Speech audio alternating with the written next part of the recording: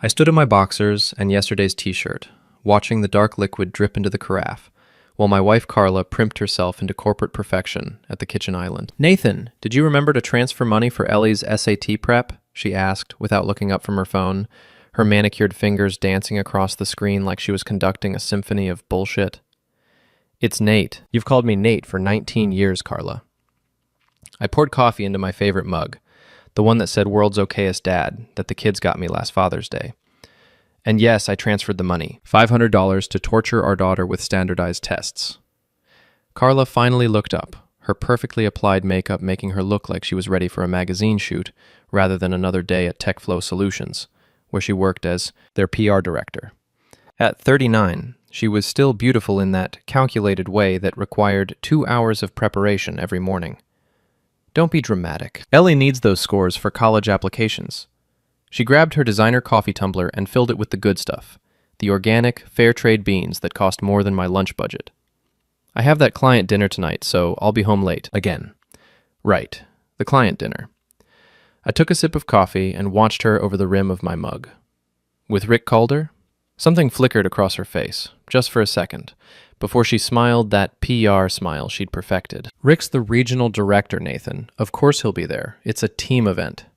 "Nate," I corrected again. And I'm sure it is.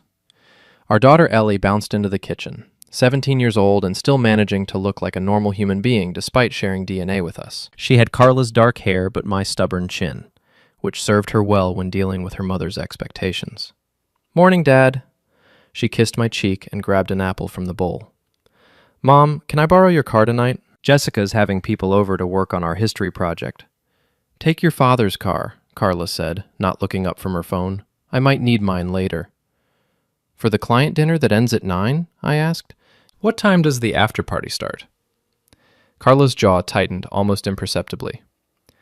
"Sometimes these things run long. Networking is part of the job." "Right, networking." I finished my coffee and rinsed the mug in the sink. Well, network responsibly. Wouldn't want you to do something you'd regret. Our son Adam shuffled in, 14 and perpetually attached to his gaming headset, which hung around his neck like an electronic necklace. "Dad, can you drive me to school? Mom's car smells like that gross perfume she started wearing." "It's Tom Ford, and it was expensive," Carla snapped. "It smells like a strip club," Adam said with the brutal honesty only teenagers possess. "Adam!" Carla's voice could have cut glass. "How would you know what a strip club smells like?" I asked, genuinely curious. "Call of Duty. They have a strip club level." I laughed, despite myself. "Of course they do." "Yeah, I'll drive you. Ellie, you need a ride too?" "I'm good. Taking the bus with friends."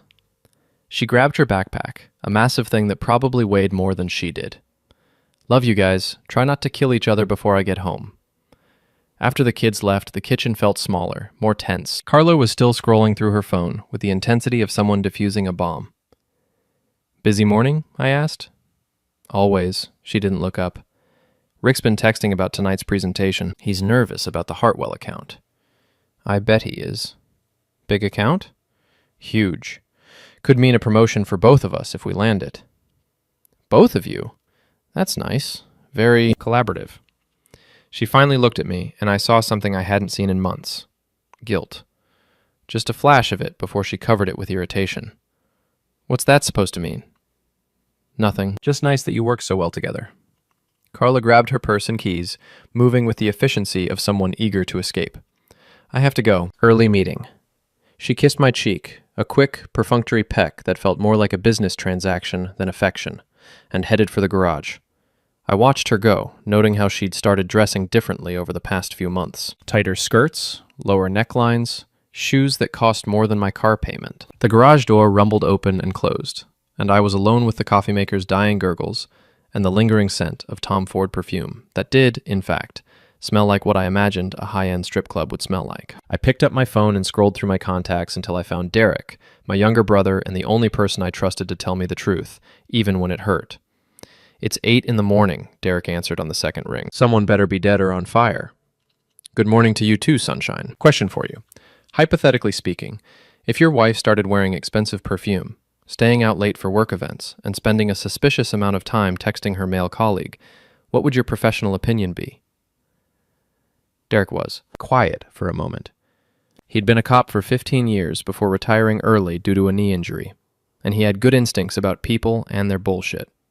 Hypothetically, I'd say your hypothetical wife is probably sleeping with her hypothetical colleague. That's what I was afraid you'd say. Nate, man, I'm sorry. You want me to do some digging? I still have contacts who owe me favors. Not yet. Maybe I'm just being paranoid. Maybe. But probably not. Your gut's usually pretty good about this stuff. Remember when you said something was off about Mom's boyfriend, Carl? The one who turned out to be married with 3 kids in Phoenix? That's the one. Trust your instincts, brother. After I hung up, I sat in the kitchen for another 20 minutes, drinking coffee and trying to convince myself I was imagining things. But the evidence was piling up like snow in a blizzard. Small at first, then impossible to ignore. The new clothes, the late nights, the way she said Rick's name with just a little too much familiarity. The fact that she'd stopped complaining about her job, which she'd hated for 2 years until suddenly, about 6 months ago, it became the most important thing in her life. I looked around our kitchen, granite countertops, stainless steel appliances, the kind of domestic perfection that belonged in a magazine spread about successful suburban families. We'd worked for years to build this life, this image of having it all figured out. But images were just that, surfaces that looked good from a distance, but cracked when you got too close. My phone buzzed with a text from Carla. Forgot to mention, Girls' Night Friday with Jenna and Sophie. Will be out late. I stared at the message for a long time before typing back. Have fun. Be safe. What I wanted to type was, which Rick will you be with? But I wasn't ready for that conversation yet. I needed to be sure. I needed proof. Because once you accuse your wife of cheating, there's no taking it back. Either you're right and your marriage is over, or you're wrong and your marriage is over anyway because she'll never forgive you for not trusting her. I finished my coffee, got dressed, and drove to my job at Pinnacle Furniture Design, where I managed accounts for people who spent more on a single chair than most people spent on a car. It was steady work, respectable work, but it wasn't the kind of job that made wives stay faithful or colleagues respect you. Not like being a regional director at a hot tech startup. Not like driving a Porsche and wearing suits that cost more than my monthly mortgage payment. Not like being Rick Calder.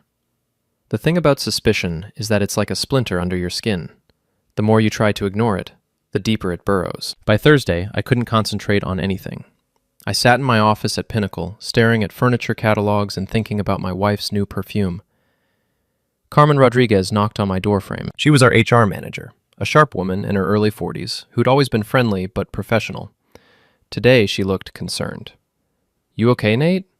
You seem distracted this week. Just tired. Kids keeping me up.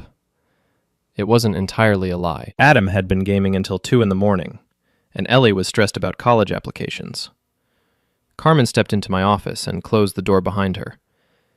Can I ask you something personal? Shoot.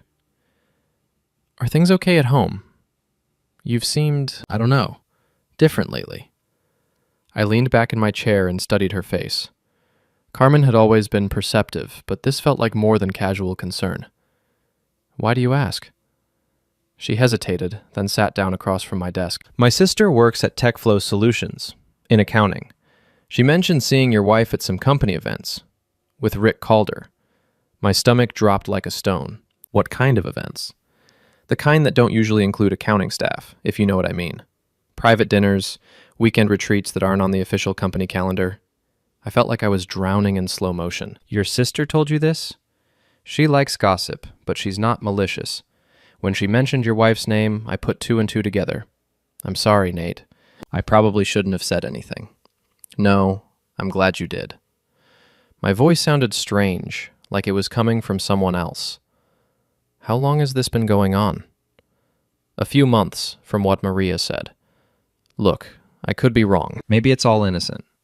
But we both knew it wasn't. I thanked Carmen and spent the rest of the day pretending to work while my mind raced through the implications. When I got home that evening, Carla was already getting ready for her girls' night out. You're home early, she said, applying lipstick in the bedroom mirror. She was wearing a black dress I'd never seen before, something that showed more skin than seemed appropriate for dinner with female coworkers. Slow day. That's a nice dress. New? This old thing? I've had it forever. Another lie.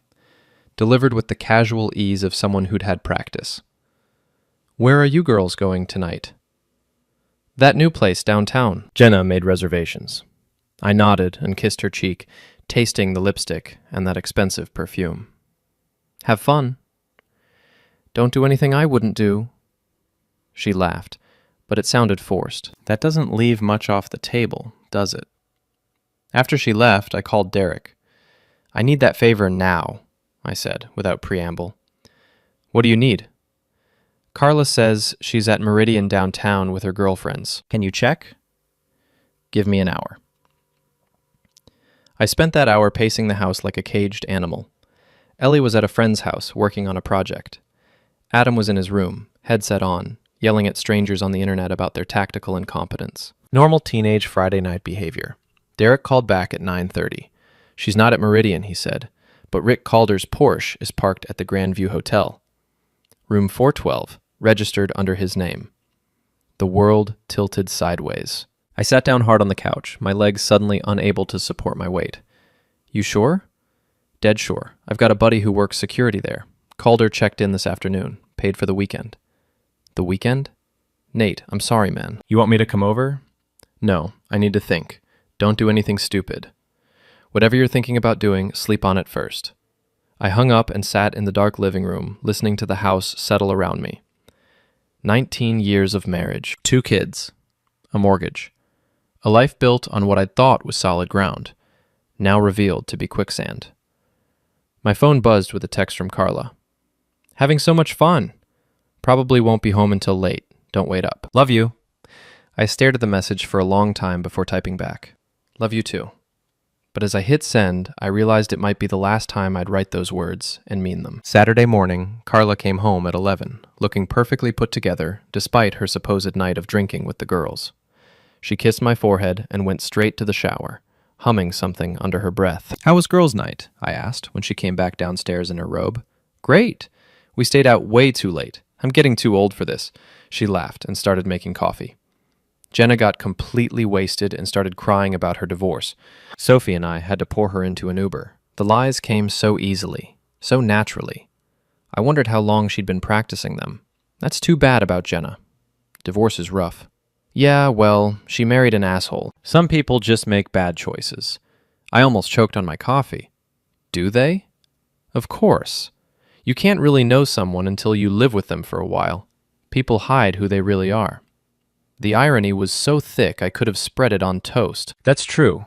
People definitely hide who they really are. She looked at me sharply, as if hearing something in my tone.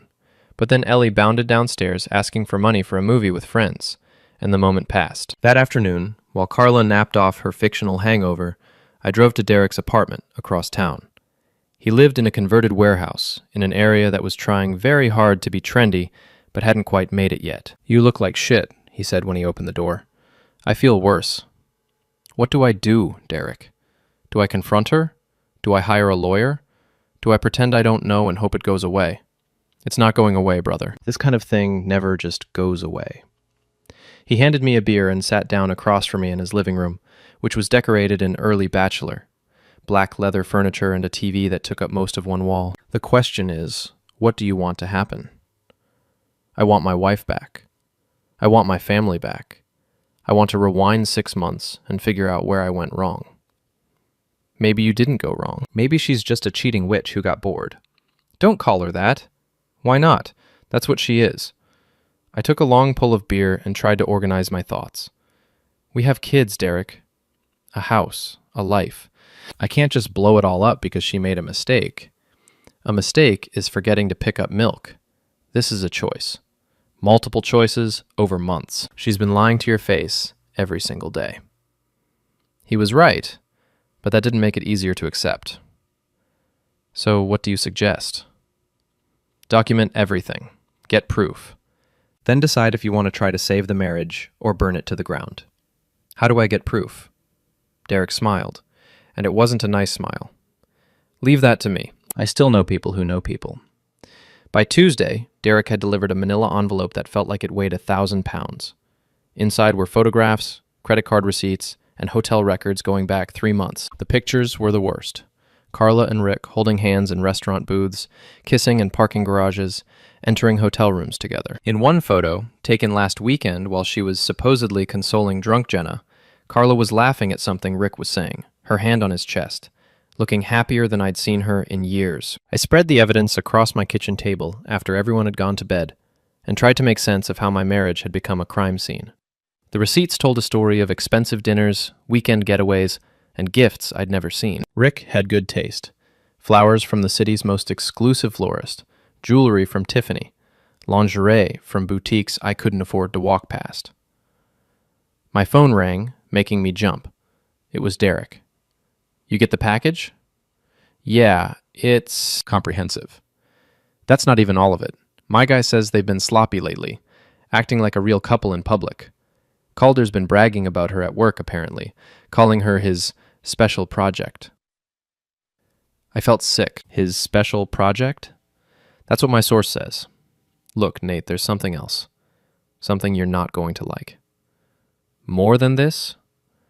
Calder's married, too. Wife's name is Patricia. 2 kids, both in private school. And get this, he's done this before. At least twice that we know of. It's his pattern. Finds married women at work, wines and dines them, then moves on when he gets bored. The room spun around me. Carla wasn't just cheating. She was being used by a serial philanderer who saw her as another conquest. Does his wife know? Not yet, but she's about to. Derek, what did you do? Nothing permanent. Yet. But Patricia Calder deserves to know what kind of man she's married to, don't you think? I looked at the photos scattered across my table. My wife's face, glowing with happiness as she kissed another woman's husband, and felt something cold and hard settle in my chest. "Yeah," I said, "she does." Wednesday morning, Carla was in an unusually good mood, humming while she made coffee and actually asking about my day instead of staring at her phone. "You seem happy," I observed. "It's a beautiful morning. Can't a person be happy?" She kissed my cheek, and I smelled Rick's cologne on her hair. "Of course." "Any particular reason?" "Do I need a reason?" "Maybe I just appreciate what I have." She gestured around our kitchen, but her smile felt rehearsed. "That's nice." "I appreciate what I have too. Or what I thought I had."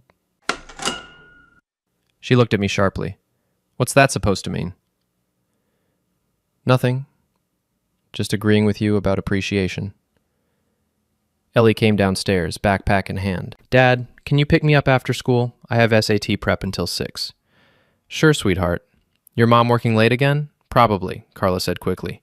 "Big presentation tomorrow. The team might need to work through dinner." "The team," I repeated.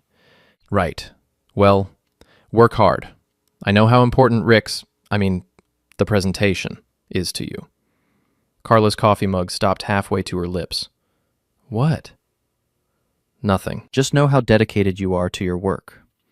After she left, I called in sick to work and drove to TechFlow Solutions. I'd never been to Carla's office before. She'd always said spouses weren't allowed due to security policies. But I wanted to see where she spent her days, where she'd fallen in love with someone else.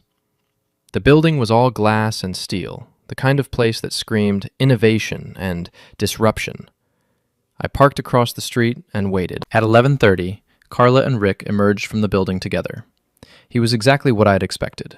Tall, well-dressed, the kind of artificially confident smile that came from years of getting his way. They walked close together, his hand on the small of her back, guiding her toward his silver Porsche. I followed them to a restaurant I recognized from the credit card receipts. Through the window, I watched them share a bottle of wine and hold hands across the table like teenagers in love. My phone buzzed with a text from Carla. Stuck in meetings all day. Probably won't have time for lunch. I took a picture of them through the restaurant window and sent it to Derek with a message. Meeting in progress. He texted back immediately. "Jesus, Nate. They're not even trying to hide it anymore." I sat in my car and watched my wife laugh at Rick's jokes. Saw her lean across the table to whisper something in his ear that made him grin like he'd won the lottery. They looked happy. Really genuinely happy, in a way that Carla and I hadn't been in years. That hurt worse than the betrayal itself. The knowledge that she was capable of joy. Just not with me. My phone rang. Carmen, from work. Nate, I know you called in sick, but I wanted to check on you. Are you okay? I'm fine. Just needed a mental health day. Are you sure? Because if you need someone to talk to. I looked through the restaurant window again. Rick was feeding Carla a bite of dessert, and she was laughing like it was the funniest thing in the world. Carmen, can I ask you something? If someone you trusted betrayed you, really betrayed you, what would you do? She was quiet for a moment. I'd make sure they understood the consequences of their choices, even if it meant hurting other people.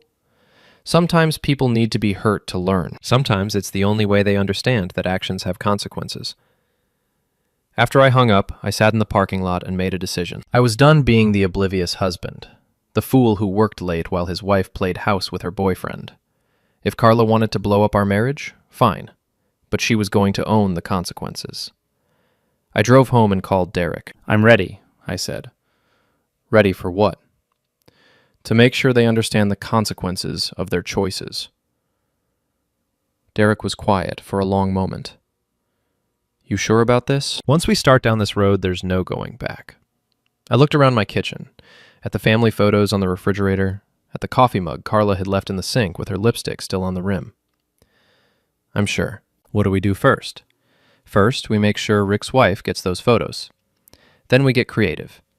Patricia Calder was a small, elegant woman with tired eyes and the kind of posture that suggested she'd been carrying a heavy burden for a long time. I met her at a coffee shop downtown Thursday afternoon, after Derek had made the initial contact. Thank you for coming, I said, as she sat down across from me. I know this must be difficult. Difficult doesn't begin to cover it. Her voice was steady, but I could see her hands shaking as she reached for her coffee. Your brother said you had evidence about Rick and your wife.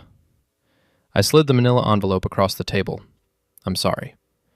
I know you don't know me, but I thought you deserved to know the truth. She opened the envelope and looked through the photographs, her expression never changing. When she finished, she carefully put everything back and closed the envelope. How long? She asked. 3 months that I can prove. Maybe longer.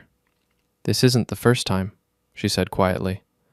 I've suspected before, but I never had proof. Rick's very good at making me feel like I'm imagining things. I'm sorry. Don't be. I'm glad to finally know for certain. She looked at me with those tired eyes. What are you going to do? I don't know yet. What about you? I'm going to talk to a lawyer. And then I'm going to make sure Rick understands that I'm not as stupid as he thinks I am. She stood up, clutching the envelope. Thank you for this. I know it couldn't have been easy. After she left, I sat in the coffee shop and felt the first stirring of something I hadn't experienced in months. A sense of purpose. For too long, I'd been passive, letting things happen to me instead of taking control. That was about to change. That evening, Carla came home in another good mood, carrying takeout from our favorite Thai restaurant. Thought we could have a nice dinner together, she said, unpacking containers of pad Thai and green curry. Just the two of us. The kids are both out. That's thoughtful. What's the occasion? No occasion. Can't a wife surprise her husband? We ate dinner and made small talk about work and the kids' schedules. Carla was animated, telling funny stories about her coworkers and asking about my day. It was like having dinner with the woman I'd married, the one who disappeared somewhere along the way. This is nice, I said. We should do this more often. I'd like that. She reached across the table and took my hand. I know I've been distracted lately with work stuff. I want to make more time for us. I looked at her face. Still beautiful, still familiar after 19 years, and wondered if this was guilt, or if Rick had told her to be nicer to her husband to avoid suspicion. I'd like that too, I said, and meant it, even though I knew it was too late. My phone buzzed with a text from Derek. Package delivered. Patricia's lawyer filed papers this morning. Rick's about to have a very bad day. I excused myself to use the bathroom and called Derek back. How bad? I whispered. Divorce papers served at his office this afternoon, in front of his boss and half the company. Patricia's asking for everything. House, kids, alimony, the works. She's also threatening to file a lawsuit against TechFlow for creating a hostile work environment that enabled the affair. Jesus. It gets better. She's documented 3 previous affairs Rick had with coworkers. Company's in full damage control mode. Rick's been suspended, pending an investigation. I felt a surge of satisfaction that surprised me with its intensity. What about Carla? That's the interesting part. Patricia specifically named her in the divorce filing. As of this afternoon, your wife is officially the other woman in a very public, very messy divorce. I hung up and returned to the dining room, where Carla was checking her phone with increasing agitation. Everything okay? I asked. Work stuff. Crisis at the office. She was typing furiously, her face pale. I might need to go in tonight. On a Thursday night? That seems excessive. It's important. She stood up abruptly. I'm sorry, Nathan. Rain check on our romantic evening? Of course. Handle your crisis. She kissed my forehead and grabbed her keys. Don't wait up. After she left, I cleaned up the dinner dishes and waited. At 10:30, my phone rang. Nate? Carla's voice was shaky. Can you come get me? My car won't start. Where are you? The office. I'm in the parking lot. I drove to TechFlow and found Carla standing next to her car, looking smaller and more vulnerable than I'd seen her in years. Her eyes were red, and her perfect makeup was smudged. What happened? I asked. Rick's wife filed for divorce. She's claiming She couldn't finish the sentence. That you what? That we were having an affair. She looked at me with desperate eyes. It's not true, Nathan. I swear to you, it's not true. She's just trying to hurt Rick by dragging innocent people into it. I stared at my wife, this woman I'd loved for 19 years, as she lied directly to my face with tears in her eyes. That's terrible, I said. Why would she think that? I don't know. Maybe because Rick and I work together a lot? People see us talking and make assumptions. People can be so cruel, I agreed, making assumptions based on appearances. On the drive home, Carla was quiet, staring out the window with her arms wrapped around herself like she was trying to hold something in.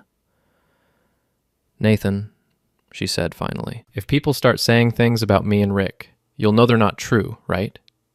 You trust me, don't you? I looked at her in the rearview mirror. This woman who was asking me to trust her while she was actively betraying me. Of course I trust you, I said. You're my wife. But as we pulled into our driveway, I was already planning my next move.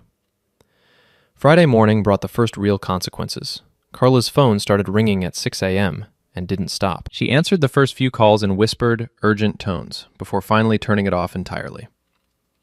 Work? I asked, pouring coffee. Patricia Calder is trying to destroy Rick's career. She's making wild accusations and dragging everyone down with her. Carla's hands shook as she reached for her coffee mug. My boss wants to see me this morning. I'm sure it'll be fine. You haven't done anything wrong. She looked at me with something that might have been hope.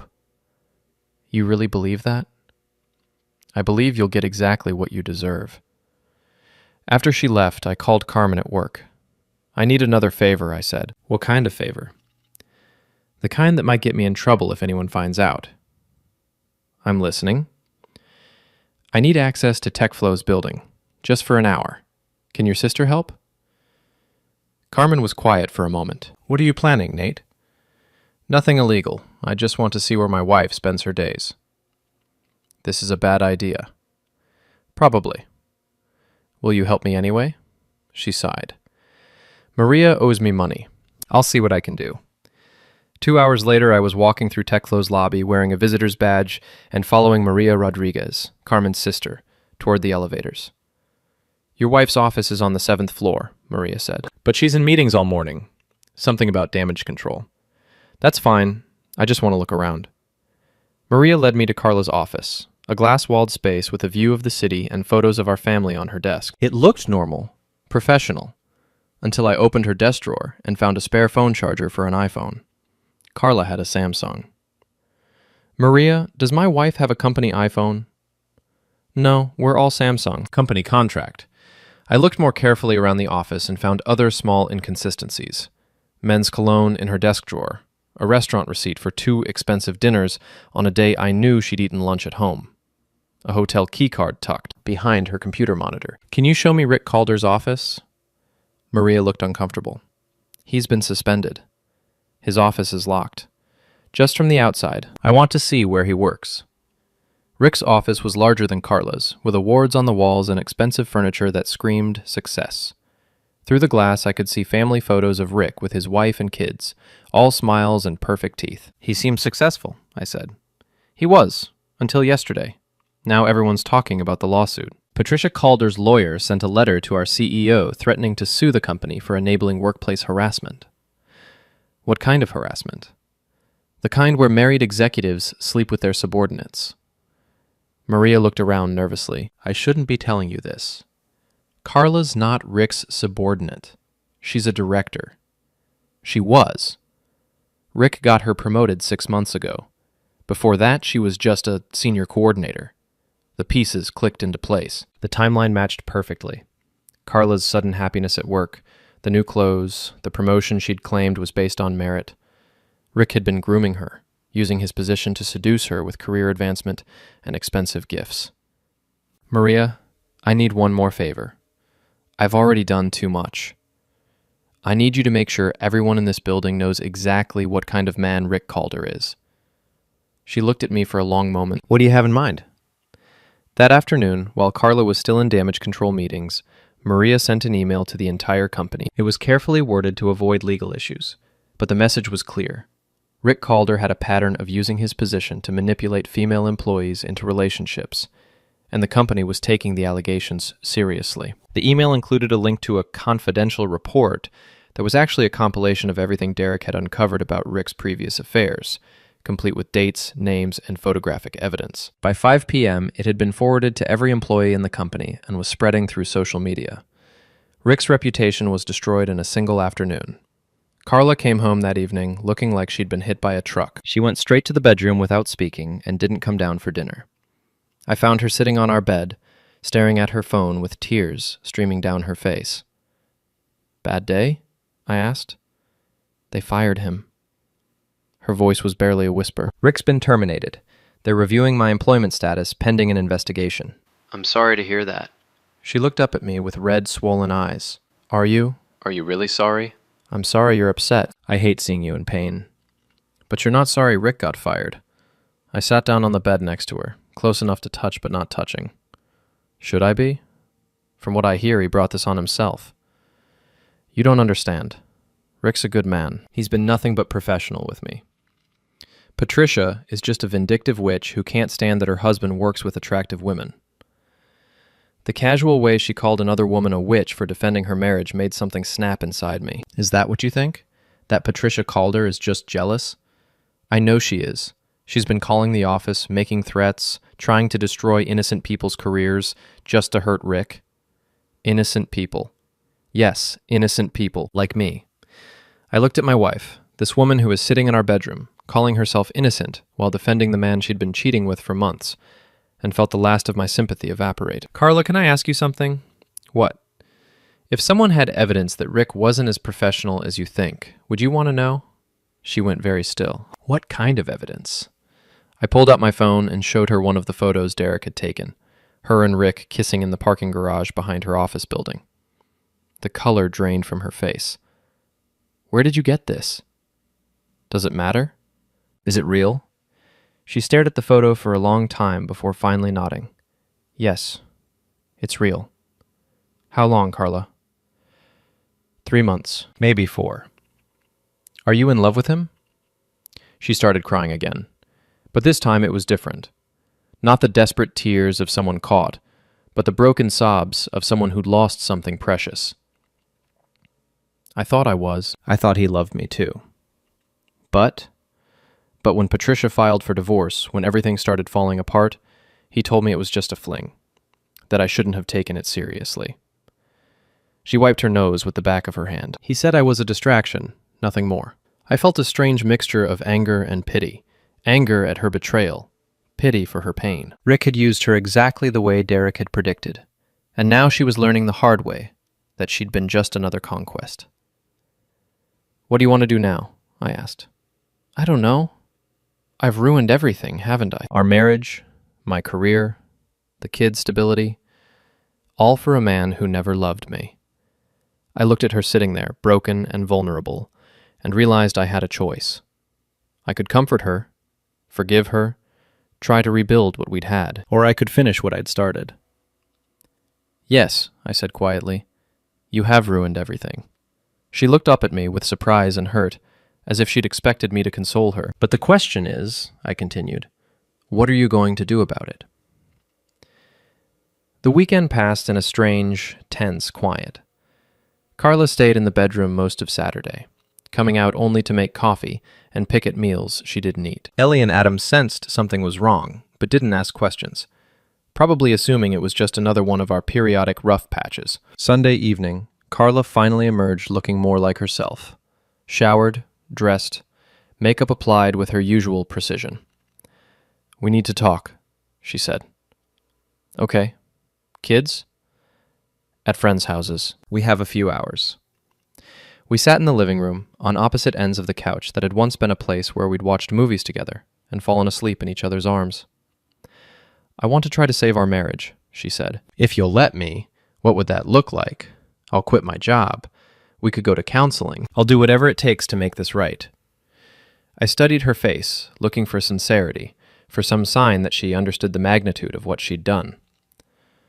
Why? Because I love you. Because we have a family. Because I made a terrible mistake and I want to fix it. Do you love me? Or do you love the security I represent now that Rick has made it clear you were just a distraction? She flinched. That's not fair, isn't it? 3 days ago you were defending him, calling his wife a vindictive witch. Now that he's thrown you away, suddenly you want to work on our marriage. I was confused. I thought what Rick and I had was real. It was real. The intimacy was real. The lies were real. The betrayal was real. What wasn't real was his commitment to you. She started crying again. I know I hurt you. I know I don't deserve forgiveness. But please, Nathan, don't give up on us. I looked at this woman I'd loved for 19 years, who'd shared my bed and raised my children and built a life with me, and tried to find some remnant of the feeling that had once made me promise to love her forever. I can't, I said finally. Can't what? Can't forgive you. Can't pretend this didn't happen. Can't go back to the way things were. Her face crumpled. So that's it? You're just going to throw away 19 years? I'm not throwing anything away. You already did that. The kids need us together. The kids need parents who respect each other, who are honest with each other. We can't give them that anymore. She was quiet for a long time, staring at her hands. When she looked up, there was something different in her eyes, a hardness I'd never seen before. Fine, she said, if that's how you want it, but don't think this is going to be easy for you. I'm not going to just disappear quietly. What's that supposed to mean? It means I have rights. It means I'm entitled to half of everything we've built together. It means you're going to pay alimony and child support, and I'm going to make sure I get every penny I deserve. And there it was, the real Carla, the one who'd been hiding behind the tears and apologies, the woman who thought she could cheat on her husband for months, get caught, and still walk away with half of everything. You think you deserve half? I think I'm legally entitled to it. I've been a good wife and mother for 19 years. One mistake doesn't erase all of that. One mistake? You had a 3-month affair with your boss. You lied to me every single day. You used our family as cover while you played house with another woman's husband. I made some bad choices. That doesn't mean I should be punished forever. I stood up and walked to the window, looking out at our neighborhood, the perfect suburban street where we'd raised our children and pretended to be happy. You're right, I said. You shouldn't be punished forever. But you should understand that choices have consequences. What does that mean? I turned back to face her. It means you're about to learn that I'm not the pushover you think I am. Monday morning, Carla left early for a meeting with a lawyer. I called in sick to work again and spent the morning making phone calls of my own. The first call was to Patricia Calder. Mrs. Calder, it's Nathan Driscoll. We met last week. Of course. How are you holding up? I've been better. I wanted to ask you about your lawsuit against TechFlow. What about it? My wife is named in your divorce filing. I'm wondering if you'd be interested in additional evidence of Rick's pattern of behavior. There was a pause. What kind of evidence? The kind that shows this wasn't just an affair. It was systematic manipulation of a subordinate employee. Rick used his position to coerce my wife into a relationship, then abandoned her when it became inconvenient.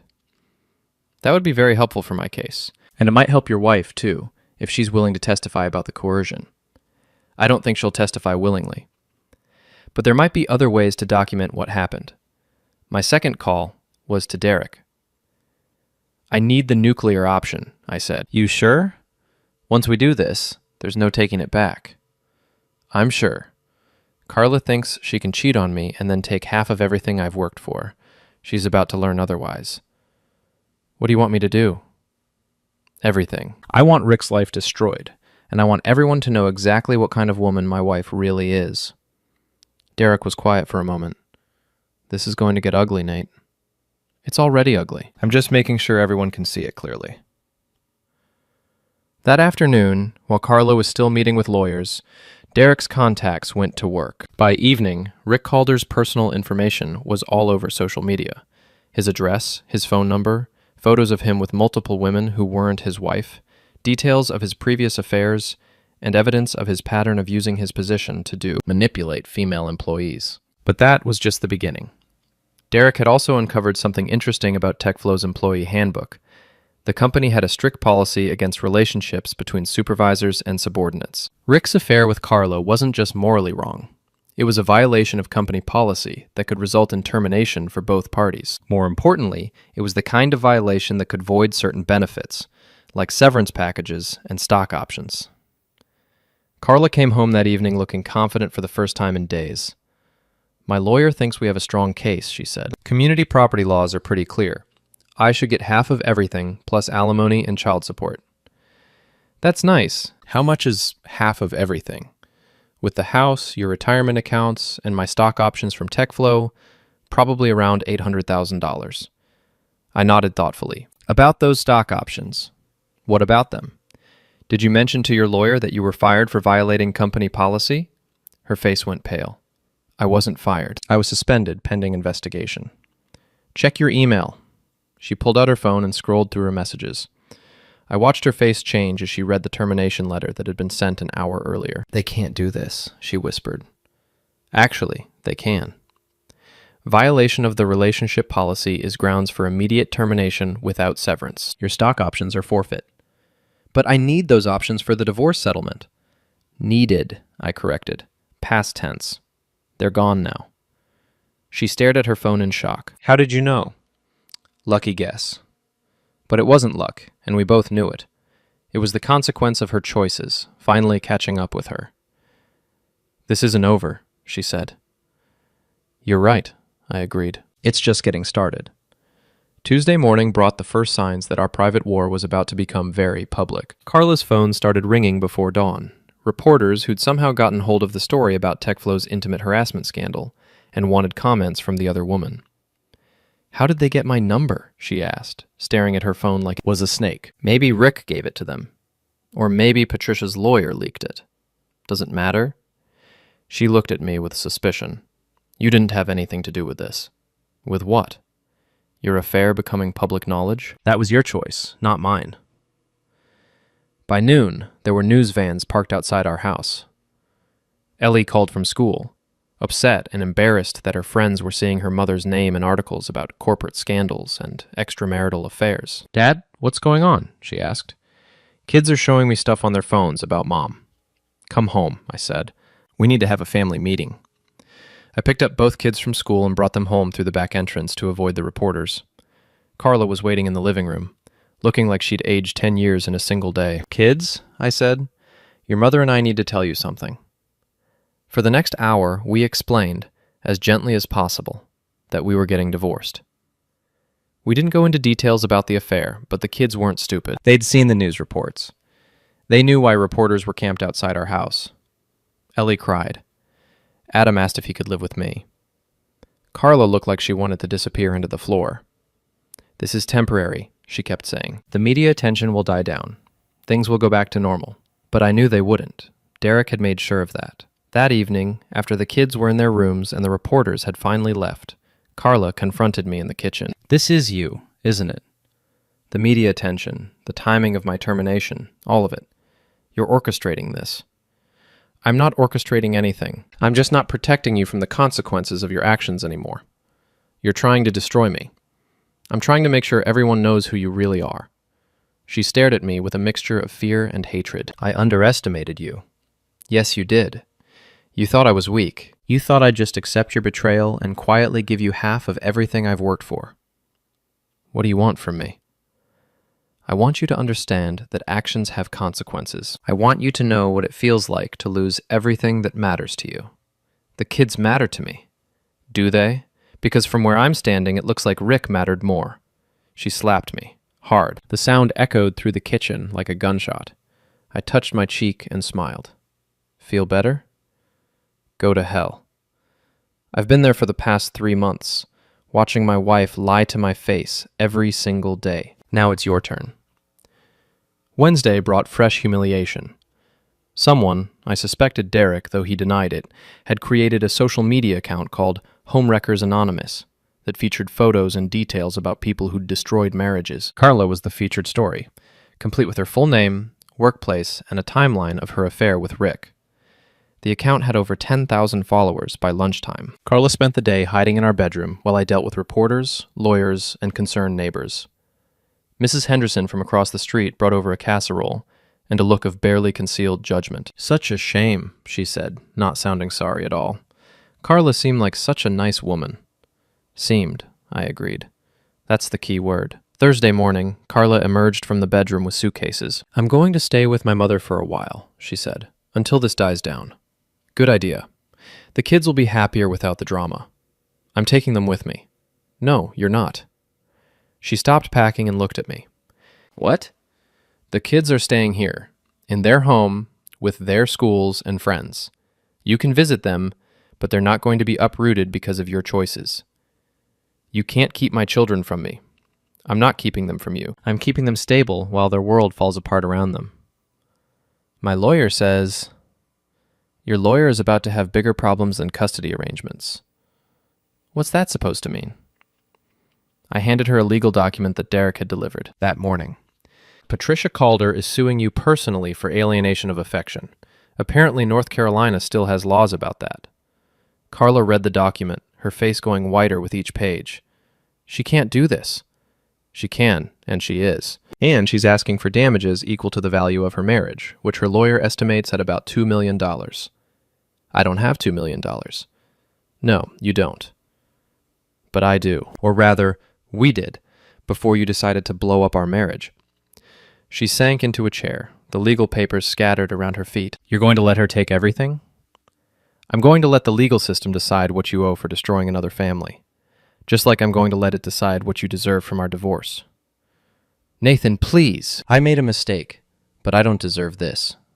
I looked at her, sitting there, surrounded by the wreckage of her choices, and felt something I hadn't expected. Pity. Not enough to stop what I'd started, but enough to make me sad about how far we'd fallen. "Maybe you don't deserve all of this," I said. "But Rick's wife didn't deserve to have her marriage destroyed either. His kids didn't deserve to have their father exposed as a serial cheater.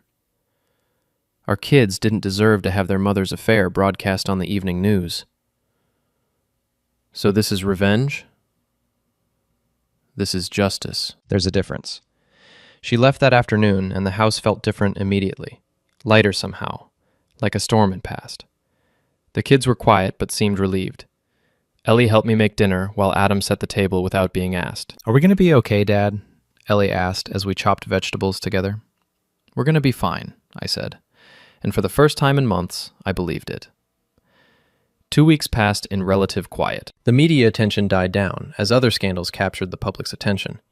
The kids settled into a routine that didn't include their mother's constant drama.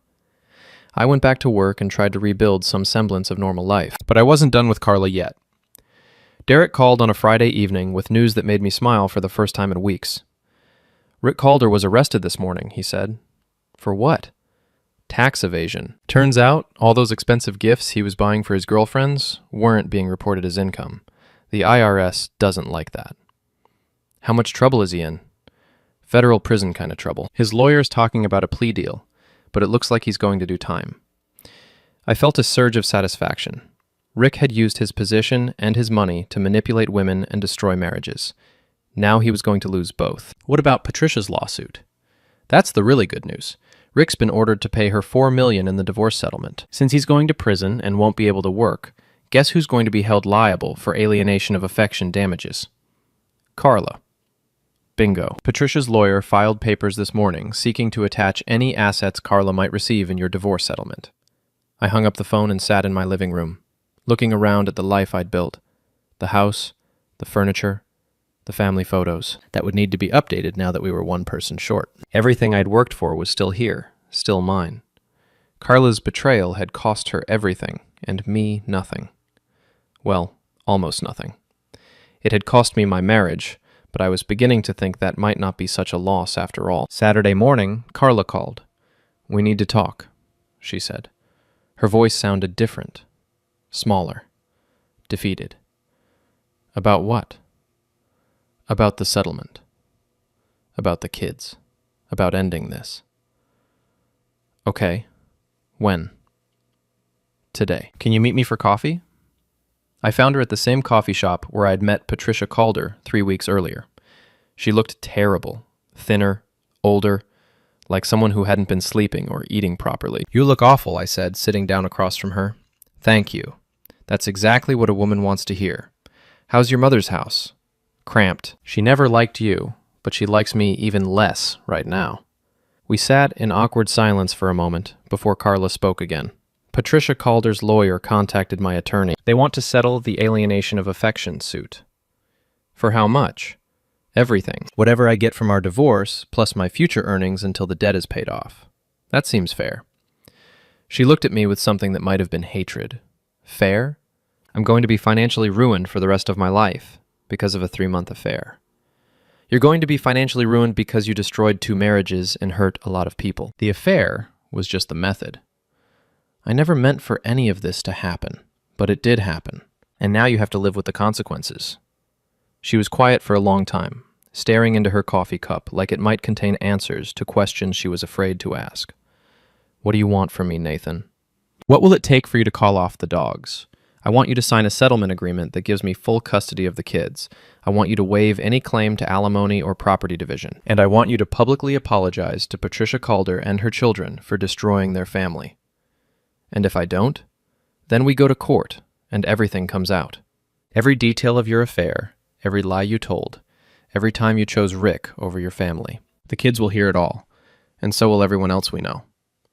She started crying, not the dramatic sobs of someone looking for sympathy, but the quiet tears of someone who'd finally understood how completely she'd lost. "I loved you," she whispered. "For 19 years, I loved you. I know, and I loved you too.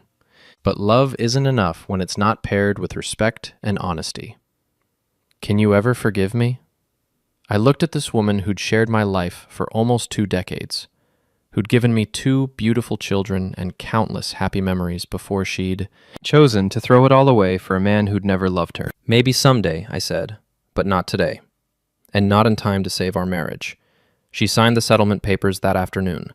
Full custody to me, no alimony, no property division. She kept her car and her personal belongings and walked away from everything else she'd helped build. The next week, she published an apology in the local newspaper, a full-page letter acknowledging her affair, taking responsibility for her actions, and expressing remorse for the pain she'd caused Patricia Calder and her children. It was probably the most honest thing she'd written in months.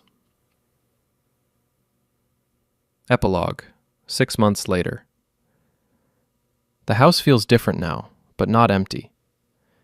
The kids and I have developed our own rhythms, our own traditions. Ellie got into her first-choice college with a full scholarship. Adam joined the debate team and discovered he's good at arguing, a skill that will serve him well in life. Carla visits every other weekend, as specified in our custody agreement. She's working as a receptionist at a dental office and living in a studio apartment across town.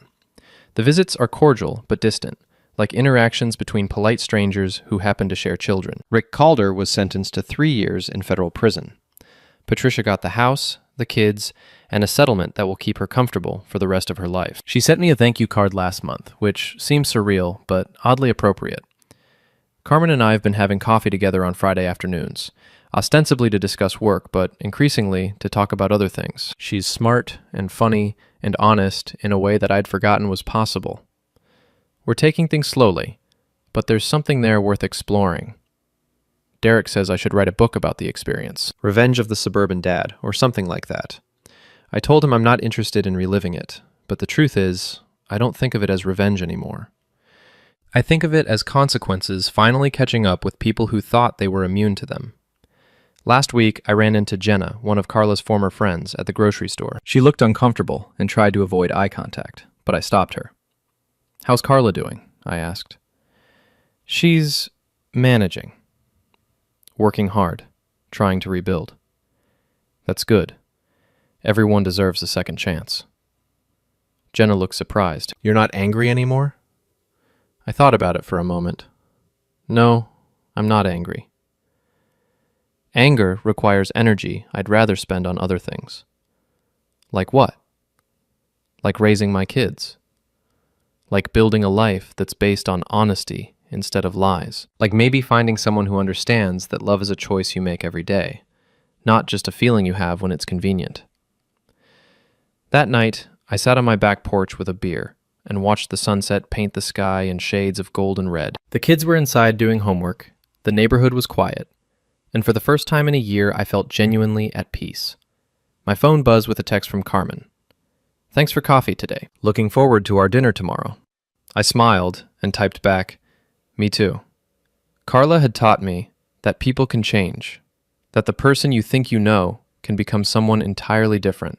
But she'd also taught me that I was stronger than I'd realized, that I didn't have to accept betrayal just to keep the peace. The divorce was finalized last month. I kept the house, the kids, and most of our assets. Carla kept her car and her debt to Patricia Calder, which will take her about 15 years to pay off. Some people might say I was too harsh, that I destroyed her life over a mistake, but I don't see it that way. Carla destroyed her own life with her choices. I just made sure she couldn't destroy mine too. The kids are thriving. They see their mother regularly, and while our family looks different now, it's built on a foundation of truth instead of lies. That has to count for something. As for Rick Calder, I heard through Derek's contacts that he's not adjusting well to prison life. Apparently, men who manipulate and exploit women aren't particularly popular among the general population of federal inmates. I can't say I'm sorry to hear that. Tomorrow is Saturday. Carmen and I are taking the kids to a baseball game, then out for pizza. It's not the life I planned when I married Carla 19 years ago, but it's a good life. An honest life. And honestly, that's all I ever really wanted.